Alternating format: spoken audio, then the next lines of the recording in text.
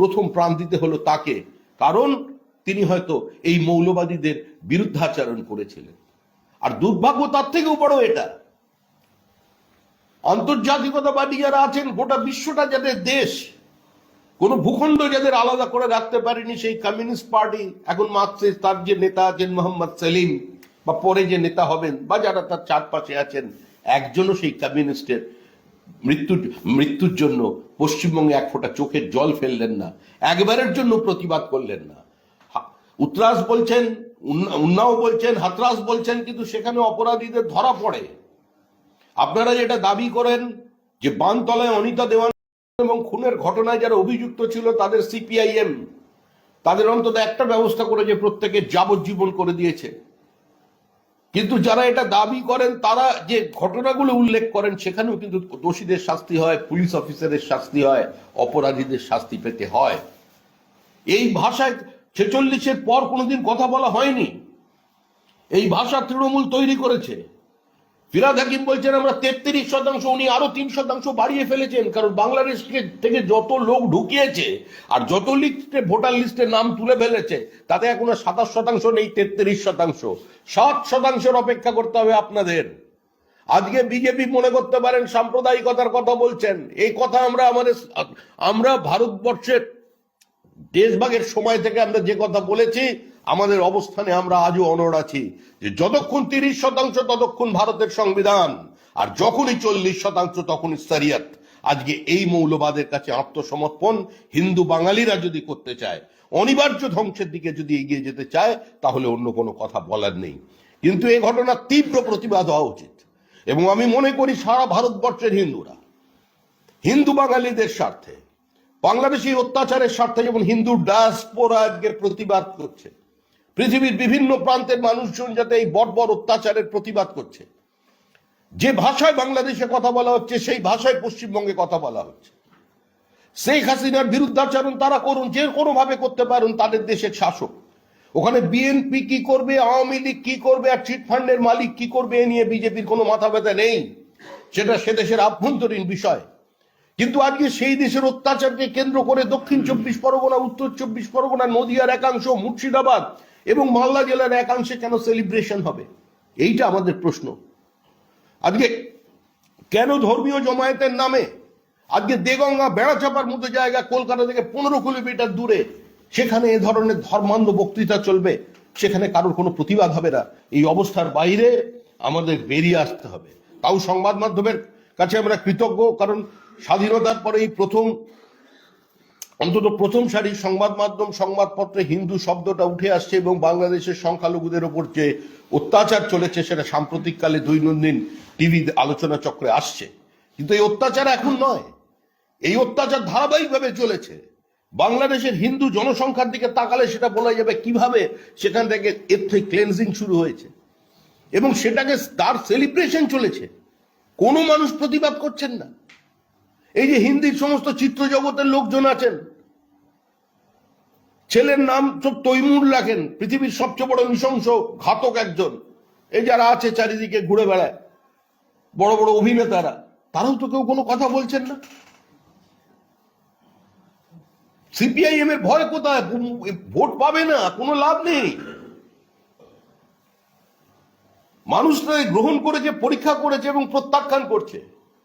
সুজন চক্রবর্তীর প্রতিবাদ করার সাহস নেই, হয়তো তার ইচ্ছা আছে, পারবেন না, কারণ তারও শিকড় আছে ওপর বাংলার মাটিতে। কালকে এই ঘটনাকে কেন্দ্র করে উনি আরএসএস এর নাম টেনে আনলেন, কারণ হয়তো পার্টির লাইন এটাই হবে যে কোনো মূল্যে আমাদের একমাত্র আমাদের লক্ষ্য হবে ওই 33% ভোট। এক হয়ে যান সবাই, মিলেমিশে একাকার হয়ে যাক। কিন্তু এভাবে পশ্চিমবঙ্গকে আর আমার মনে হয় বর্তমানে তরুণ প্রজন্ম আর তৈরি হবে না। আবার গোপাল মুখার্জিদের জন্ম হবে। একটা গোপাল মুখার্জি সেদিন রুখে দাঁড়িয়েছিল, আজকে পশ্চিমবঙ্গের ঘরে ঘরে গোপাল মুখার্জি তৈরি হয়ে যাবে। কিন্তু আর এই বাংলাদেশের অত্যাচারের থেকে তারা শিক্ষা নিয়েছে, এবং আগামী দিনে এই বক্তব্যের জবাব যেভাবে দিতে হয়, বাংলার সমাজ দল ও মত নির্বিশেষে সেই ভাষাতেই এর উত্তর দেবে। আপনি কথা বলতে গিয়ে বললেন যে বাঙালিরা কি অস্ত্র তুলতে ভুলে গেছেন, এবং যে ভাষায় প্রতিবাদ করে জবাব দেওয়ার কথা সে ভাষায় জবাব দেবে। কিসের ইঙ্গিত দিচ্ছেন আপনি? আমি এটা ইঙ্গিত দিচ্ছি, যদি আপনাকে কেউ কাটতে আসে, কেউ যদি তরোয়াল নিয়ে আসে, তাহলে লাঠি দিয়ে তার আপনি প্রতিরোধ করতে পারবেন না। আত্মরক্ষার স্বার্থে আপনি হাতে বঁটি তুলে নেবেন। বলছি, প্রাক্তন আইপিএস হুমায়ুন কবির, যিনি তৃণমূলেই রয়েছেন, তিনি একটা খুব তাৎপর্যপূর্ণ পোস্ট করেছেন, জিন্দগি লম্বি নাহি বড়ি হোনি চাহিয়ে হুজুর হাকিম জি, কোয়ান্টিটি নয় কোয়ালিটি চাই। 5 বাচ্চা রিক্সাওয়ালা, সবজিওয়ালা, ঠেলাওয়ালা, পরিযায়ী শ্রমিক, হকার না হয়ে 2 বাচ্চা শিক্ষক, ডাক্তার, নিজের পক্ষে আমার মতো পুলিশ হওয়া ভালো নয় কি? কিভাবে দেখছেন? বহু শুভবুদ্ধি সম্পন্ন মানুষ আছেন, কিন্তু তারা মার্জিনালাইজ হয়ে গেছেন। কারণ এটা গণতন্ত্র, গণতন্ত্রে ভোটটাই প্রথম কথা। এখানে একজন ইডিয়েটের থেকে, মানে একজন গ্র্যাজুয়েটের থেকে 2টো ইডিয়েটের দাম বেশি, কারণ 2টো ভোট। একজন ব্রহ্মচারীর থেকে 4টে ব্যভিচারীর দাম বেশি, কারণ 4টে ভোট। কেউ যদি এভাবে সমাজকে দেখতে চায়, তো সার্বিকভাবে সেটাই হবে। নিঃসন্দেহে তার এই পোস্টকে মানুষ স্বাগত জানাবেন। আমাদের বিরোধিতা তো কোনো, যেদিন গান্ধীজি এখানে খিলাফত আন্দোলনকে ভারতের জাতীয় আন্দোলনের সঙ্গে যুক্ত করেছিলেন, একমাত্র কংগ্রেস বাঙালি নেতার প্রতিবাদ করেছিলেন, তার নাম কাজী নজরুল ইসলাম।